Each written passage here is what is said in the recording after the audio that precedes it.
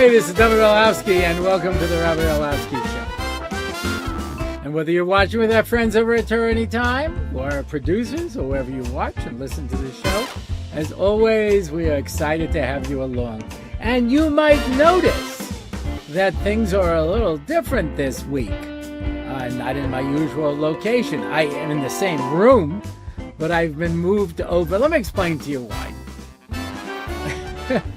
We had torrential rains here in Yerushalayim, and of course we always are happy for rain because we live here in the Middle East, and when it rains it's good for everybody, except for those of us who get the rain inside of our house. That's not as good for us, but I certainly, I'm not going to complain. We say a special tefillah. HaKadosh Baruch Hu should not listen to the people who are traveling and don't want it to rain. We have to give rain to everybody. But we had this torrential downpour and we lost electricity. So Baruch Hashem, my son-in-law, Israel Meir Orbach, is an electrical engineer. You should always have one in your family. And he came down and started checking bit by bit, point by point, to try to figure out where the problem was. And we limited it down to my living room, dining room, where I usually do the filming. And he said, there must be a junction box somewhere. And we searched through every junction box we could find, and he says that wasn't the main one. And finally, it turns out that the two boxes he needs are behind my bookcases. So I had to empty out all of my bookcases and move the bookcases away. Actually, it was one bookcase I moved, and there was a junction there, and somebody checked it for him and said, no, that's not the box. So then I moved it back in and put all of the shiurim back in. And can I know, these things are heavy, a lot of them. And Baruch Hashem, my friend Alan Rubin, who is of German extraction, he helped me put it back together and made sure that every sefer was in the correct order and everything was all set up. It was really delightful. And then he came back and said, no, I do need that box.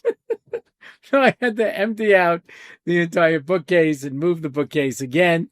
And then it was another bookcase I had to move. And sure enough, the main junction one was right behind there.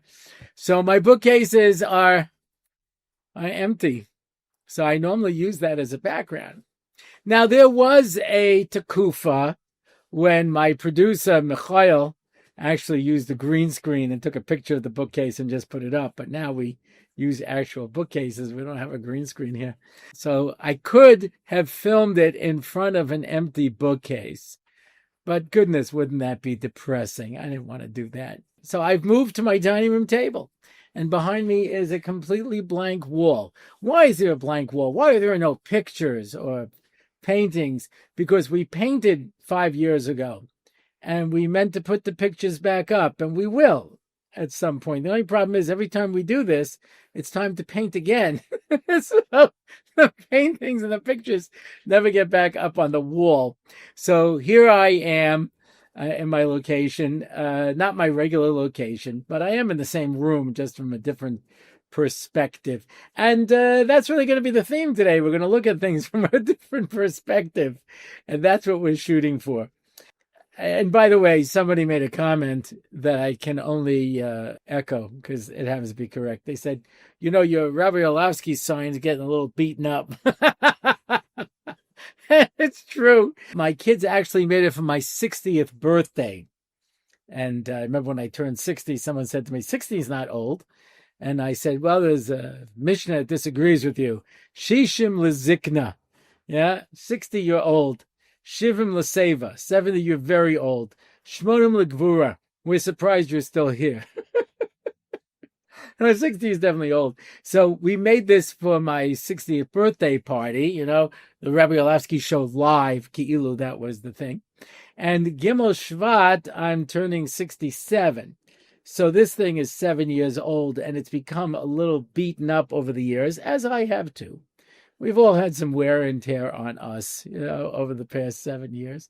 And but we're still here. So, yeah, we're going to have to talk about getting a new sign and coming up with something to replace that. But right now, What can I tell you? Our studio is a little low tech, and there'll come a time, I guess, when I have to tell you, I did I don't know if I'm allowed to give this away, but I did a video for Art Scroll.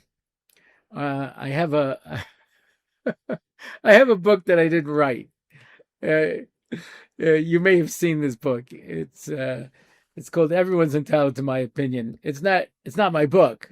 I didn't write it, but somebody took a bunch of my recordings, transcribed them, and turned them into a book. And Art Scroll edited it, and they came up with the title. Everyone's Entitled to My Opinion. Everyone says, "Oh, that's such a Rabbi Orlofsky title." I didn't make it up. So it's not really my book, but it's my material. So Art Scroll interviewed me as part of their author series. And I said, listen, do not ask me about the book. I didn't read the book. I don't know what's in the book. And if you ask me, so you wrote this book, I'm going to say, no, I didn't. So they interviewed me on a set where there was a little table, and the book was on the table, and he never once asked me about the book. It's a great interview.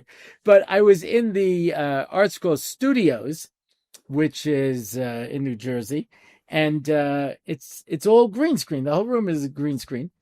And when you watch the interview, I'm sitting there in this beautiful library with these bookcases. It's all green screen, So I guess I'll have to figure out how to do something like that. No, it's a very fancy studio and beautiful. It's a great interview. I have to tell you the truth. They gave me a tour of the Art Scroll publishing area. Very impressive. I'm thinking one time when I'm in America, I might just go down, and film it and show you it, because they have special binding things, etc. And I don't know if you notice this, like Art Scroll Gemaras, they don't like fall apart like regular Gemaras. And they said they have a special, stronger binding that they use, that this was one of the things that was important to them when they were doing it, that these should be svarim that last. And that's very interesting. It's a really interesting process. We'll have to talk about that at that point. But anyway, we're out of our normal location. And the other thing that's going to be a little unusual is the sponsorship. Hold on to your seats. This is going to be a long one. You know how sometimes you get those sponsorships of like sponsored anonymously, to give chizuk to Klal Yisrael. That's not happening today. This was sponsored by someone who sponsored 4 episodes in honor of the 250th anniversary of the founding of the United States, because the United States was founded in 1776. So 1876, 1976, add another 50 years, you come to 2026. So he sponsored 4 episodes in honor of America's 250th anniversary. And he has certain individuals that he wants to highlight, and he put together some ideas. I am just reading these ideas. This is not me. I am a bit of a history buff, but he chose 2 people, and he's going to choose other founders and important people in American history to speak about. And everybody's complicated. There's a lot of stuff, but there's certain aspects that he wants to stress, and that's what I'm going to read his explanation. I have my reading glasses, because when I was in my 40s, I was diagnosed with diabetes. And at some point, I noticed I was having trouble reading. And I'm nervous because diabetes, which is a terrible disease. I remember when I first got it, I called my mom and I said, the doctor says I have diabetes. She goes, oh, yeah, I have that. Most of my family died from it. I was like, thanks, Mom. But it can destroy your eyesight. Yeah, I have to go every year to an ophthalmologist, twice a year to an ophthalmologist, check my eyes. It can kill your kidneys. Most of the amputations that are done are because of diabetes. It's a really bad disease. And, sometimes your sugar is so high that, when you're having a coffee, you could just cut yourself and put a little in, you don't really need anything else. So when I had my heart attack and my bypass, they said it was probably because of the diabetes. The diabetes fills up your arteries with plaque, and it's just terrible. And it also destroys your heart valves. My mom had a heart valve replacement. It's kind of rough. Anyway, so shortly after that, I noticed I was having trouble reading. I got nervous. Oh no, that's it. I'm going blind, So I went to Dr. Teitelbaum. We actually, if you saw the video of the special greetings for Rosh Hashanah, he was there on our greetings. And he gives me, the eye test. And then he says to me, you need reading glasses. I said, is it because of the diabetes? He says, no, it's called being in your 40s. And he said, well, it's interesting. He says, your eye is like a lens. And when you look far away and then you look close and you look, your eye, the lens has to keep opening and closing. And after a while, it gets stretched out. It doesn't work so well. So I said, I don't need reading glasses. I can read. I don't know if you've ever seen this. There's a 6-in-1 Mishnah Berurah, right? All 6 are in it. And it's pretty small print. And he says to me, can you read this? And I said, yeah, sure. And I managed to read it. He says, now put on these glasses. And I laughed out loud. It was like somebody turned the lights on. And suddenly I was able to read so much better. He says, listen, you could carry 50 pounds on your back, but if you do it all day, you're going to get tired and it's going to be hard and your back's going to hurt. The glasses just help. So as time has gone on, my eyesight has apparently deteriorated more and more. So Dave Barry, who was a humorist out of the Miami Herald, he wrote a book called Dave Barry Turns 40. And then he wrote another book, Dave Barry Turns 50, and he stopped at that point. But one of the things he mentioned was reading glasses. How I can't see anything with my reading glasses. He says it makes it much easier because when I look at the newspaper, I can only see the headline, and he shows you a thing with, just a headline and tiny, tiny little writing that's almost impossible to see, the smallest font. He says that's what it looks like to somebody in their 50s. And I thought, gosh, isn't that the truth, So he says the problem is that everybody keeps losing their reading glasses. He says, so I think somebody could make money if they offer a service where if you can't find your reading glasses, you call this number and they'll tell you where your reading glasses are. And I know you're thinking, how do they know where my reading glasses are? He says, they don't, but they're counting on you losing the numbers. So you won't remember how to call them to be able to find your reading glasses. Anyway, it is interesting. So I'm reading this sponsorship by Anonymous. 2026 is the 250th anniversary of the founding of the United States. In order to give our audience some understanding of what makes the USA and its leaders unique in world history, especially in its interactions with Jews, we are presenting some interesting facts, and he's highlighting 2 characters from American history. One is a president and one is not. But he is on the $10 bill, and he did have a very successful Broadway musical. Alexander Hamilton. My name is Alexander Hamilton. Born January 11th, 1755 on the British-controlled island of Nevis in the Caribbean. Died July 12th, 1804. He is considered one of the founding fathers of the USA. He attended King's College in NYC, now Columbia University. Served in the American Revolutionary War as an officer under George Washington, helped draft the Constitution of the USA, authored the majority of the Federalist Papers, founded the first political party, the Federalist Party. It's not around anymore. There was the Federalists, and Jefferson started the Democratic Party, and then eventually there was the Whig Party, W-H-I-G. The only one in the Whig Party today is Jasmine Crockett. Anyway, and then afterwards, in 1856, they started the Republican Party. Yeah, the first Republican president was Abraham Lincoln. But anyway, he founded the Federalist Party.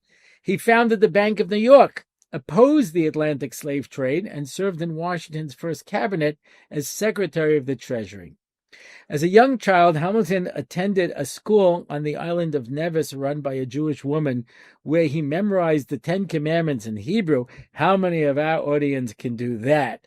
Why was he sent to a Jewish school? There's just 2 question marks here. He does not answer that question.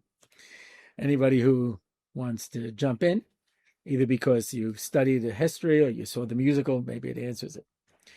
And the second one is President Richard Nixon. Born January 9th, 1913, in California, died April 12th, 1994, in New York City. President of the United States, January 1969, August 1974. Now, he doesn't talk here about the impeachment and Watergate, but, that's how he's most remembered. But that's not what he's focusing on. He was a fierce opponent of communism. This is true. Yeah. Most of our liberal brethren were not fond of him and did not vote for him. Rav Avigdor Miller Zatzal of Brooklyn said President Nixon was a good man, and that the reason Nixon made some disparaging remarks about Jews, this was in the tapes, was because President Nixon opposed the LGBTQ plus agenda. I'm pretty sure he didn't, because there was no BTQ plus back then. There was just L and G. In other words, President Nixon's moral view was more in line with the Torah, unlike the progressive media, academia, and many Jews. In the UN partition plan in 1948, the Soviet Union voted in favor of Israel to get the British out of the Middle East. The communist government of the Soviet Union took steps to wipe out the Jewish religion since its inception. It murdered tens of millions of people to enforce its socialist atheistic view. At the time of Stalin's death, there were show trials for Jewish doctors and plans to ship all of its Jews to Siberia. When Israel did not become a communist country, the rulers of Russia took measures to destroy it. The Soviet Union armed and trained Arab armies for the 1956, 1967, and 1973 wars. It is interesting that in the UN vote, the dramatic UN vote to create a Jewish state in Palestine, Russia got all of the communist countries at the time to vote for it because it was being run by the Labor Party, which was definitely communist sensitive and attached for it. In fact, the Labor Party in Israel used to celebrate May Day, which is the day of communism and and the red flag and all those kind of things. They commemorated Stalin's death.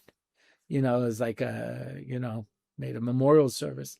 So so he had a good reason for thinking that Israel was going to become communist. When it didn't, of course, he turned on us.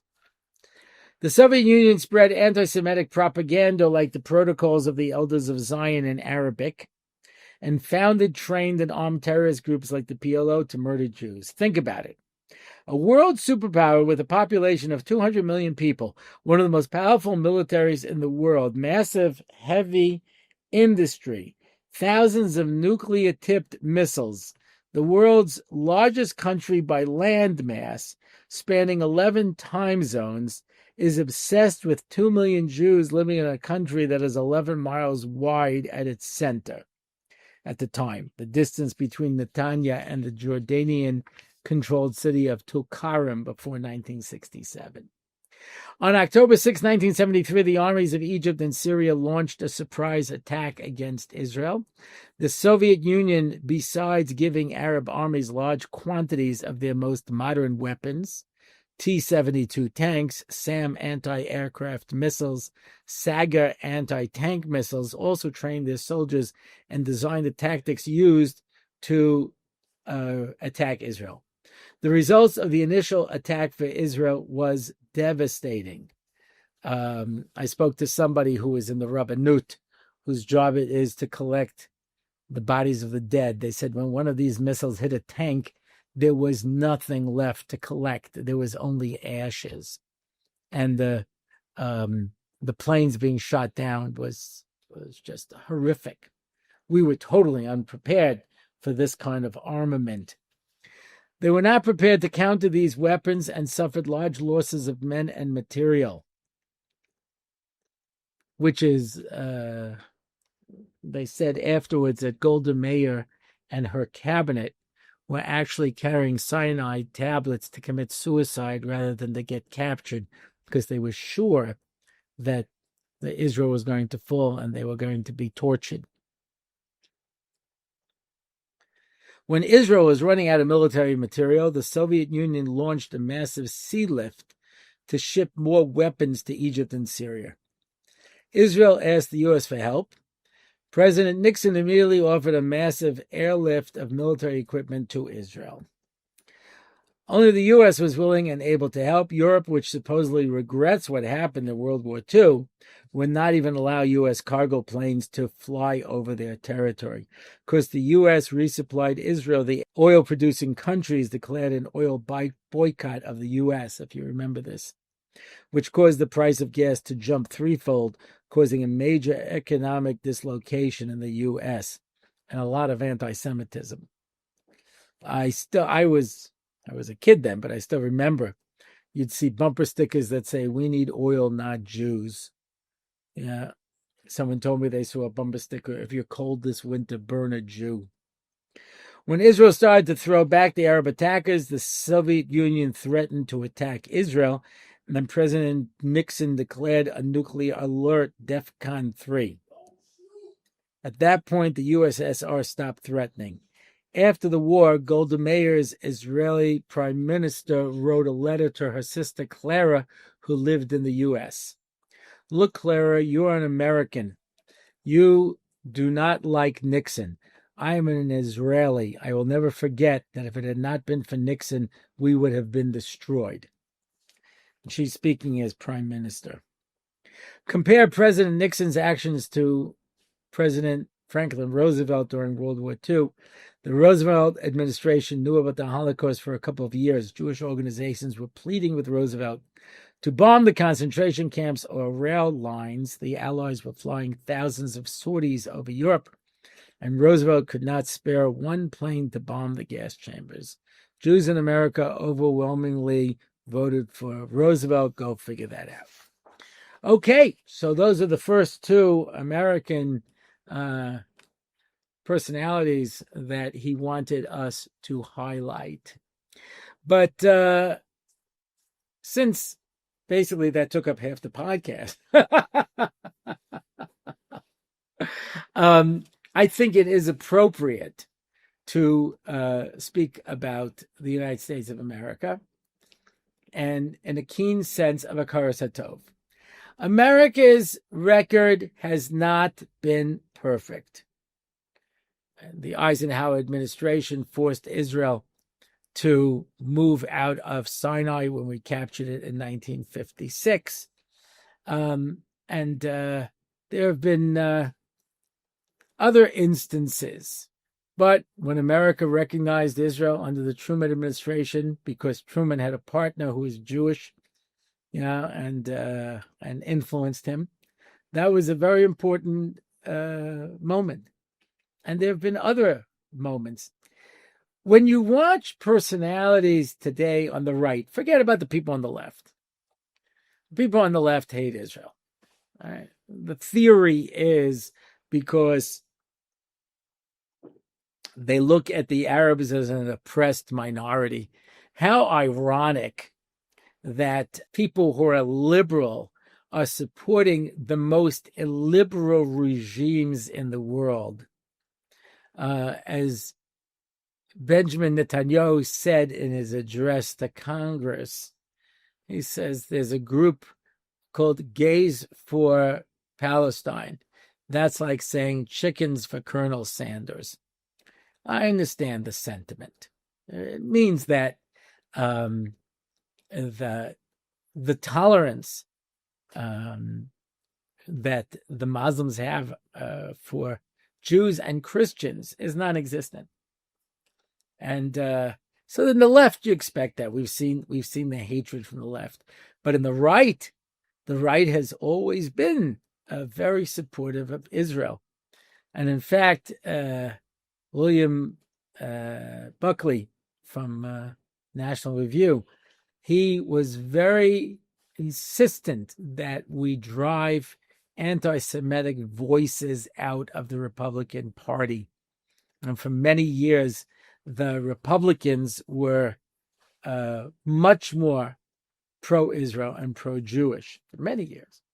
Now we're starting to get voices on the right, and I'm speaking of Tucker Carlson and Candace Owens, and unfortunately J.D. Vance, and certain other people who are sort of turning on Israel and turning on the Jews, which is just frightening, absolutely frightening.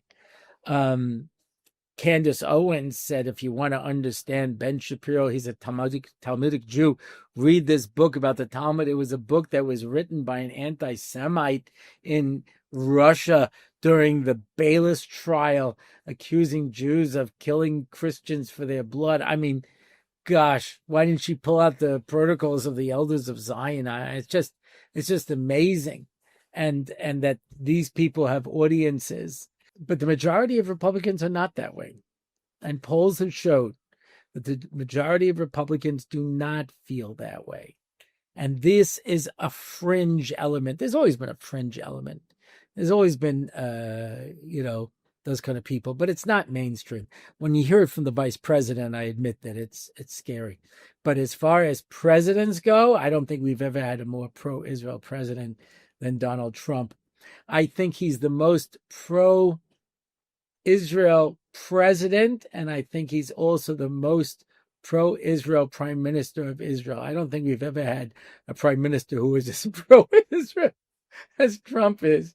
He's, Reagan was pretty good. Don't get me wrong. I remember when Israel went into Lebanon, Reagan didn't know anything about it, and they asked him about it. A reporter, asked him, and he said, well, my information is the Arabs started it. He had no such information. It wasn't true, but that was his natural instinct. I heard this, Julie Berman, who was the head of the OU at the time. He was involved in the JCRC, and he says, Reagan's natural instinct was to side with Israel and to protect the Jews. Maybe I'll tell one quick story. I heard this from the fellow. On July 4th, President Reagan was giving out some special awards to people who had done service. And there was this kid in college who was working with the Jewish poor in the South Bronx. And they were going to give him a presidential award on July 4th. And it was on Shabbos. So he said, thank you very much, but I can't attend. And then he gets a phone call. I forgot the guy's name, so you'll forgive me on this. He says, hi, is this Steve? He says, yeah, who is this? Ronald Reagan. He goes, oh, Mr. President, what can I do for you? He goes, how come you're not coming? He says, well, I'm Shomer Shabbos. He goes, I understand. What if I get you a hotel room near the ceremony, within walking distance? We arrange for kosher catering. Would you come? He says, the President of the United States wants me to come, fine. I came. He gave me my award. It was very nice. A few weeks later, I get a call. How you doing? It's Ronnie. He says, President Reagan would call him from time to time. So eventually I was graduating college, and he says, well, what do you plan on doing? He says, well, I'm thinking of applying to law school. He says, no problem. Would you like me to write you a recommendation? When you apply for law school and you have a recommendation letter from the President of the United States, it's such a beautiful, heartwarming thing when you hear this and you see this, that it reminds us that, America has all in all. I'm reminded, I believe it was Winston Churchill, who said, democracy is the worst form of government except for all the other ones. America, I have to tell you, the founding fathers, when they founded America and they found the Constitution, they said, I don't think it's going to last 50 years. That's what they thought. Sir Edward Creasy, who was an English historian, wrote a classic work called The 15 Decisive Battles of the World, from Marathon to Waterloo. And one of those, and he explains beforehand why each one of these battles was the most important in history. And he says it might not have involved the most people, it might not have involved the most casualties, it might not have been the most dramatic, but it was the most important because it changed the course of history. So the battle between Rome and the Germanic tribes, when the Germans won that basically stopped Germany from becoming part of the Roman Empire and made the Germanic people Germans instead of part of the Western world. He lists when Alexander the Great defeated Darius, and how that allowed Hellenism to become the Greek culture to take over the world. Different ones. But one of them he talks about is the Battle of Saratoga. And he says, if the Battle of Saratoga had not been won by America, America would not have existed. And he goes on for 6 pages. He's writing this in the 1850s. He says, the force that America has become in the world, he's talking in the 1850s, is unbelievable. It's changed the course of everything, etc., etc. Forget about their role in World War I, World War II, all the things they've done to help the world, the money they've given out. Empires don't usually give out money to other countries. British Commonwealth collected money and materials from their colonies. Rome collected money and tribute from the countries they captured. But for America just to give out chesed and to give it out, the dollar has always been considered the most important currency in the world. And I forgot who said it. It was a Gadol B'Yisrael who said it's because they wrote "In God We Trust" on their money. And that's a very important idea. And there are people trying to change that today. The fact that, I don't know, you hear people like J.D. Vance now saying that America is a Christian country. The founders didn't say that. They said we believe in God. They were deists. Deist means that you believe in God. And it was interesting. There was these soldiers who were caught, American soldiers during World War II. And of course, if they found out you were Jewish, you were set aside for special treatment. So this fellow says he got caught by the Germans, and they said to him, "What's your religion?" He says, "I wasn't going to lie. I wasn't going to deny. So I said, I'm a deist. That means I believe in the one God." He didn't say I'm Jewish, but Jews are by definition deists. That's the idea of monotheists. Yeah. So they were deists, but they did not want America to have an official religion. They were coming from England, where there is a official religion, right? It's the Anglican Church, and it's part and parcel of the monarchy. And the head, the king or queen of England, is automatically the head of the Anglican Church. And in Europe, there are many countries that have official religion. America did not. They did not want it to be a Christian country. They wanted it to be a country where people believed in God and where people had respect.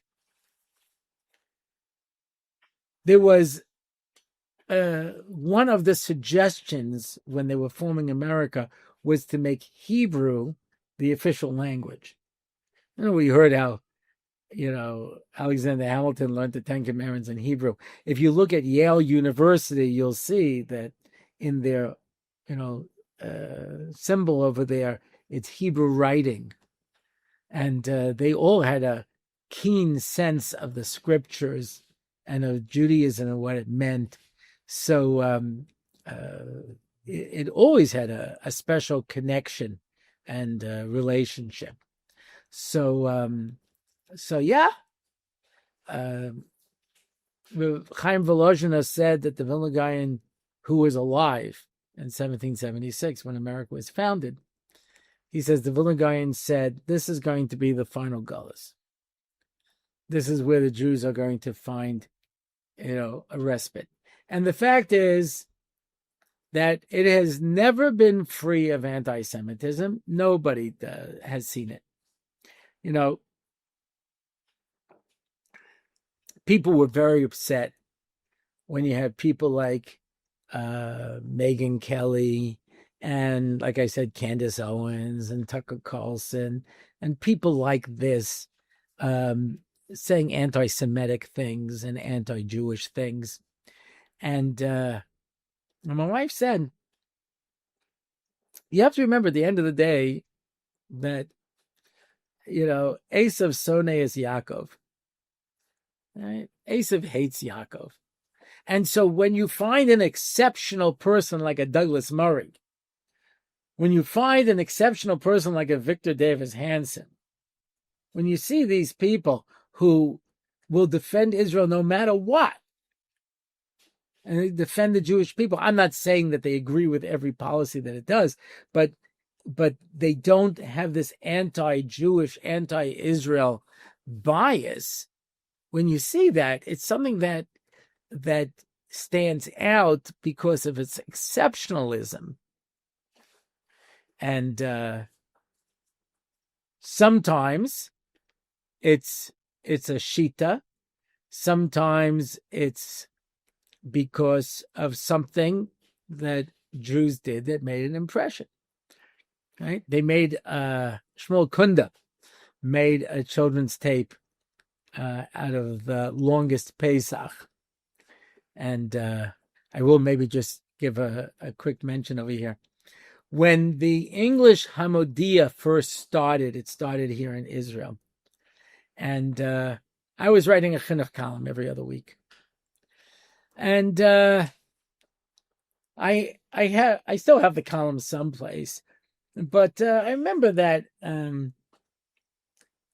have a whole file of unfinished articles. I would start to write an article, and then I would say to myself, this is trite. I'm going to put this out, But I wrote one about children's tapes and how I didn't feel that all children's tapes that were coming out really captured Jewish values. And I gave a little bit of critique. I didn't mention any names because my wife wouldn't let me. But then I mentioned Shmuel Kunda. And I said, how my family, kids of all ages, can listen to the Zadie is Young, series and everything that goes with that, etc. And how much they enjoy it, and it's funny, and it's got a message, and very positive. Now, the circulation of the Hamodia in English at that time was very small, and I was nobody. I was a kid, and I get a call from Shmuel Kunda, and he says, "I can't thank you enough." He says, I took the article and I I mailed it to my mother that she should have some nachas. I was like, what? He says, all the years I'm doing this, you're the first person who ever publicly acknowledged what I do. I was so shocked by that. I was sure that somebody like Shmuel Kunda, he was an institution. Everybody must know of him. And but apparently not. Anyway, I just mentioned that story. But he wrote a thing about the longest Pesach. And it's a story how the Maharal saw this little kid who was crying. And he said, what are you crying about? He says, my father died. My mother remarried the baker. And he's a very mean man. And he sends me out every day. Doesn't matter if it's raining. Doesn't matter if it's cold. To go out and sell rolls. And I bring back the money. And if I didn't sell all of the rolls, I would get a beating. And today I sold all the rolls, but I lost the money. I don't know what to do. There's a little non-Jewish kid. He's crying. And the Maharal said, how much money did you make? He tells him. He gives him the money. He says, I don't want you to get beat. I give you the money. Years later, the Jews after Pesach would go over and buy the bread from the baker, the non-Jewish baker, because they wanted to have chametz after Pesach. And he knew this, and so he poisoned the bread. And this kid ran over to the Maharal. He was now, more of an older teenager. And he said, listen, don't buy the bread because it's going to kill the Jews. He says, but you can't let anyone know that I told you. So he thinks, oh my gosh, what am I going to do? So he gets up in Shul in Shmini Shel Pesach, and he says, I just checked the calendar. I was learning up the sugya of Kiddush HaChodesh, and it turns out we made a mistake. There was a mistake in the calendar. And really today is Shvi Shel Pesach, and it turns out that there's an extra day of Pesach. Well, nobody went to buy anything. So the non-Jewish baker is waiting anxiously for the Jews to come and buy the bread and all die. And they're all walking past. So he says, what's going on? Why aren't you coming to buy bread? He says, the Maharal said that there's an extra day of Pesach. We can't buy bread. It's still Passover.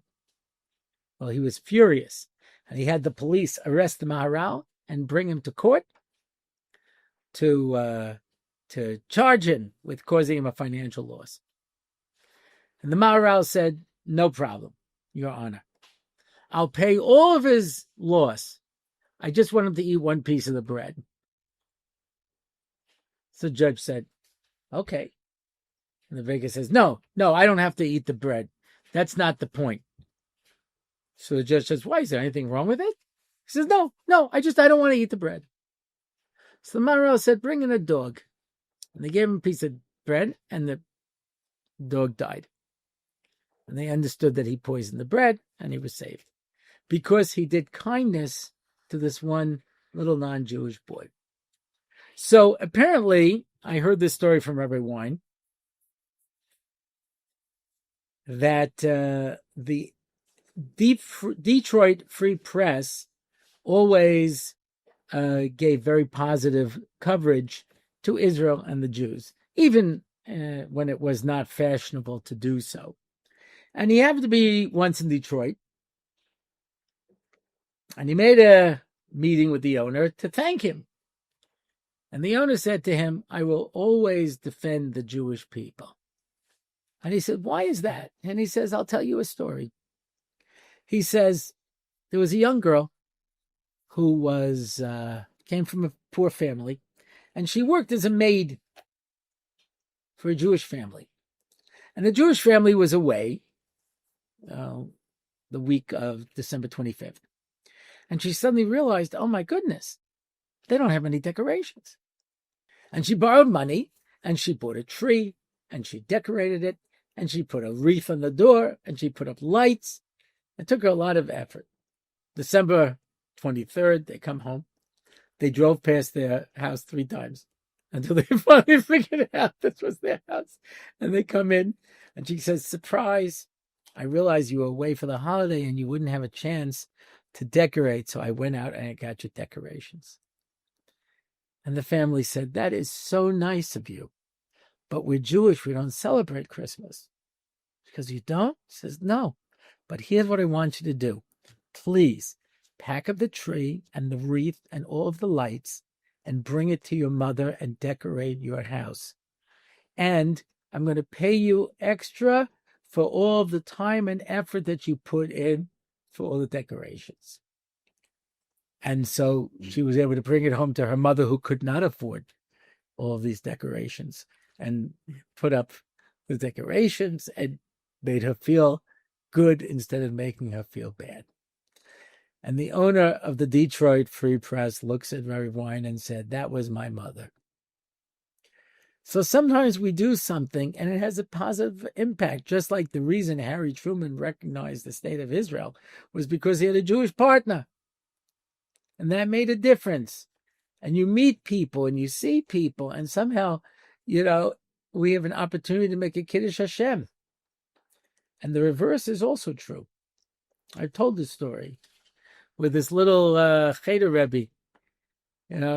He manages to save up his money and go to Rodin.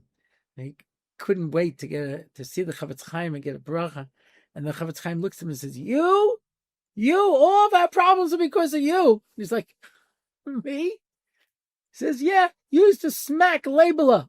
He was in your class and you kept smacking him. You hit him until he finally ran away. And he gave up Yiddishkeit.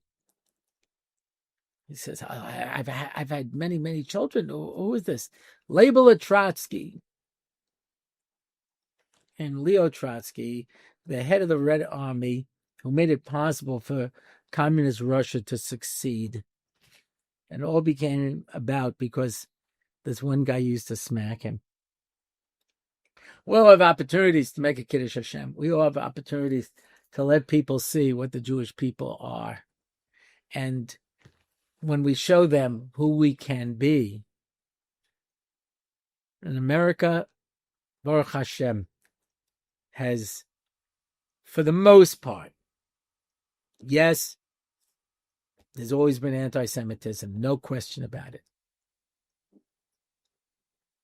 I remember Rabbi Belitsky, who was the Rav of the Yeshiva Noai Park. I asked him once, I said, during World War II, why weren't the Jews demonstrating in the streets? Why weren't they, yelling and screaming? He says to me, Bacher, you don't know what you're talking about. Did you ever go into a neighborhood where there was a sign, no Jews or dogs allowed? Now there's religious protection.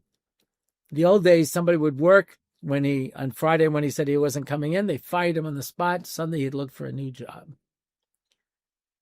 This is one of the most popular radio shows in America was Father Conklin coming out of Detroit, who was spewing anti-Semitism every night. We were afraid. Jews weren't allowed in clubs, country clubs, places like that. That was the famous story with Groucho Marx, who was not religious in any way. He wanted to get into whatever country club, and it says, we don't allow Jews. So other places came in and said, Groucho, you could join us. And he goes, me? I wouldn't join any club that would have me as a member. That was his joke. But it was a famous thing. The New York Athletic Club was one of the most famous places they wouldn't allow in Jews. Universities wouldn't allow Jews. Corporations wouldn't hire Jews. It was there was a movie, The Gentleman's Agreement, keep out Jews. This was understood. I'm not saying there was no anti-Semitism, but on the whole, the Jewish experience in America was, if anything, too good. And Jews had the opportunity to assimilate and become anybody that they wanted and do anything that they could. And we didn't always use that to the best extent. My father's generation used to hear people say, that's for the Goyim. Jews don't do that. Today, Jews do everything. L'tov l'ra. So, we're going to have a few other dedications honoring people who founded the United States. And overall in world history, there's no question that America has been a country of chesed, and it's been a country that has helped the Jewish people. And Israel, again, not a spotless record by any means, but compared to most of the countries in the world, is truly exceptional. So the producer always sends me some appreciation comments. I hope you'll indulge me. I'll read two of them now. I just wanted to give Hakaras Tov and let you know how much I enjoy listening to your weekly podcast, Parsha and 5, and now the question and answer series on the Torah Anytime phone line. This is very interesting because there are people who do not have the internet, but Torah Anytime has an option that you could call up. I've met a number of people who listen to the podcast on the phone without any internet. For the past 2 years while driving, I have enjoyed your rare combination of teaching, entertaining, positivity, and honesty coming together as one. May you continue with your wonderful work with good health and happiness for many years to come. Yours sincerely, a Chabadnik from London.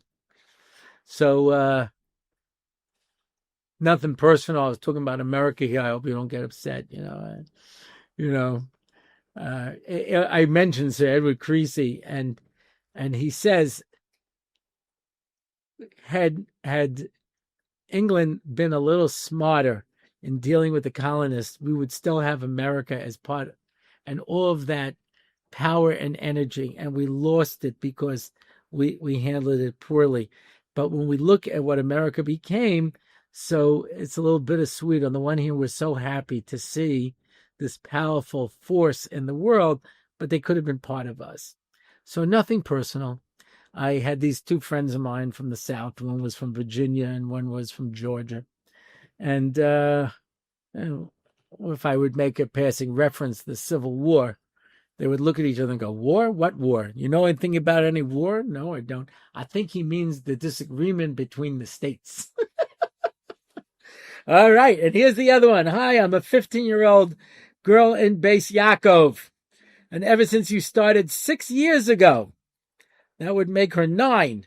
When my father would play your podcast every Motzi Shabbos, I've been an avid fan and listener. I cannot thank you enough. I finally decided to not hold back anymore and show my appreciation for all the light and chizuk you've brought into my life and for showing me a new facet to Yiddishkeit and Torah I've never experienced, with a light, joyful, and humorous atmosphere. Thank you. My family already jokes that whenever they see me walk around their house with earpods and suddenly start laughing, they know I'm listening to the one and only Rabbi Orlofsky show. So, thank you so much, Rabbi Orlofsky. I mean, you continue to have much hatzlacha and bring bracha to everyone and anyone who listens to your show. A Freilich and Hanukkah.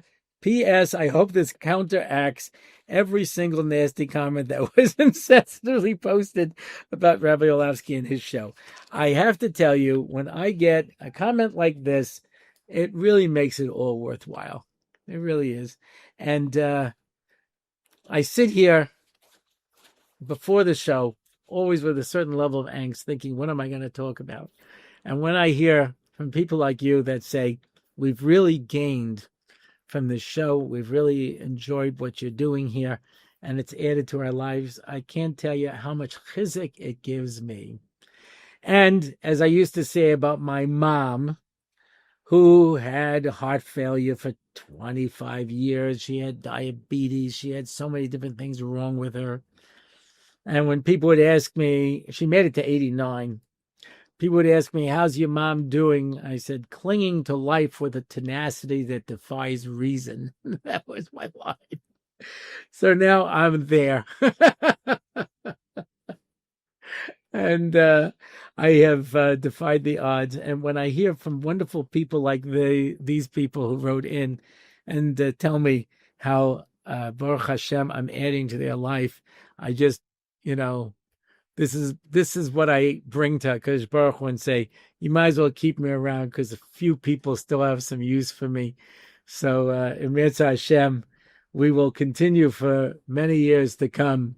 My solace is the words of the Chavetz Chaim to Rav Issa Zalman Meltzer, when he said, Arichas Yomim has nothing to do with gesund. He was sick with tuberculosis. He says, you'll live a long, sick life. So that's it for this week. If you want to find out more about the show, you can go to my website, RabbiOrlofsky.com. And right at the beginning there, you'll see the Pesach program. I got to tell you, I am so excited about this Pesach program. I've been waiting for years. If you have not signed up, please, please consider coming. We would love to have you. Just imagine, if you will, a whole hotel filled of us. And I've been planning special events and trips and activities. And my whole family is very talented. You've met some of them on the show already. And there's so much that everybody here has to offer. And it's really, I can, having been at many Pesach programs, I can tell you that this will be the best Pesach experience you've ever had. You'll have fun and it'll be nice and there's wonderful facilities and all that. But besides that, it's going to be just the greatest thing ever. So really, really, if you're still thinking about it, please, go to my website. There's a link right there. You can get more information. Write me if there's anything you want to know. But I have to tell you, I can already see how it's shaping up, and it's going to be something unbelievable. I'm looking forward to being there. And I know I'm going to have a very busy Pesach because, like I said, as far as I'm concerned, you're my guest in my house. That's why I'm doing it. I just don't have enough room for everybody. So that's why we got a hotel here. And it's very reasonably priced. So even with the ticket to America, it's Kedai. We're going to have a second day Yontif program, a second Seder, all kinds of wonderful things. So really, really, please consider coming. I'm looking forward to welcoming you. In the meantime, you can sign up for one of my online shiurim. You can post a comment, ask a question, sponsor an episode, sponsor a Parsha in 5, sponsor a question and answer, and that's it for now. Until next time, I am Rabbi Orlofsky, and this has been the Rabbi Orlofsky Show. It's the Rabbi Orlofsky Show. Torah and Simcha, ready to go. It's the Rabbi Orlofsky Show. Knowledge and wisdom will help you grow. Lots of fun in every episode, and we don't have to rhyme. No, we don't. It's the Rabbi Orlofsky Show on RabbiOrlofsky.com. Torah anytime, YouTube and more. It's the Rabbi Orlofsky Show. Torah and Simcha, ready to go. It's the Rabbi Orlofsky Show. Till next time, till we meet again. It's the Rabbi Orlofsky Show. It's the Rabbi Orlofsky Show. It's the Rabbi Orlofsky Show.